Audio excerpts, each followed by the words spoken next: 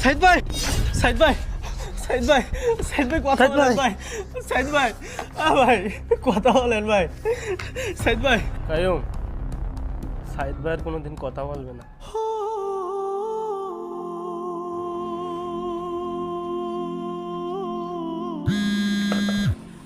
আবার কেটা ফোন দিলে?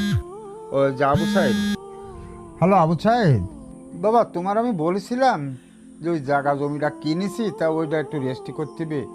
এদিকে তোমার বোনটার বিয়ে দিতে এটা বোঝো বোঝো না, কিছু টাকা তুমি পাঠিয়ে দিতে চাইলে সে টাকাটা পাঠিয়ে দেবো না বাপ? চাচা, আমি সাইদ ভাইয়ের বন্ধু কায়ুম বলতেছি। চাচা, চাচা একটা সর্বনাশ হয়ে গেছে চাচা। সর্বনাশ হয়ে গেছে মানে? কি সর্বনাশ হয়ে গেছে? সাইদ ভাই আমাদের মাঝে আর নেই চাচা। মারা গেছে মানে? ওকে শুনছো? আমার সাইড নাকি মারা গেছে? আমার সাইড মারা গেছে।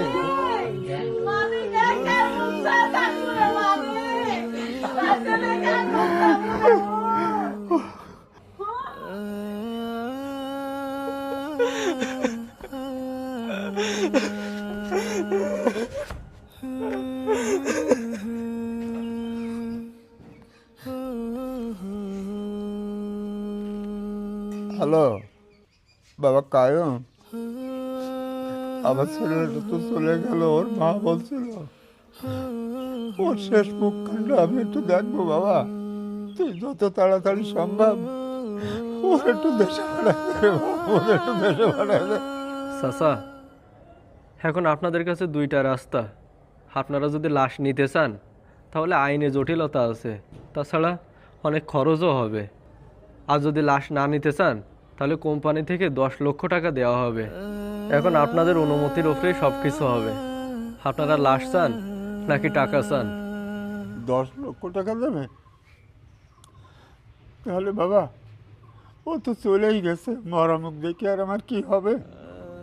তোরা এক কাজ কর, ওকে ওর মাটি দিয়ে আর ওই 10 লক্ষ টাকা তুই আমার অ্যাকাউন্টে পাঠাই দে।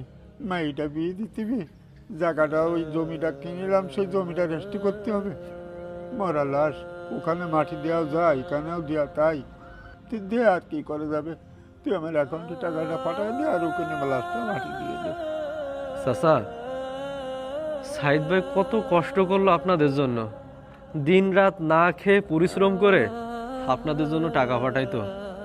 আজকে হঠাৎ সেই মেশিনটা বন্ধ হয়ে গেছে বলে সেই মেশিনটারে মূল্য দিলেন না। আপনারা সেই টাকাটাই চিনে গেলেন। আপনার সন্তানের থেকে আপনার কাছে টাকা বড় হয়ে গেল চাচা। আরে বাবা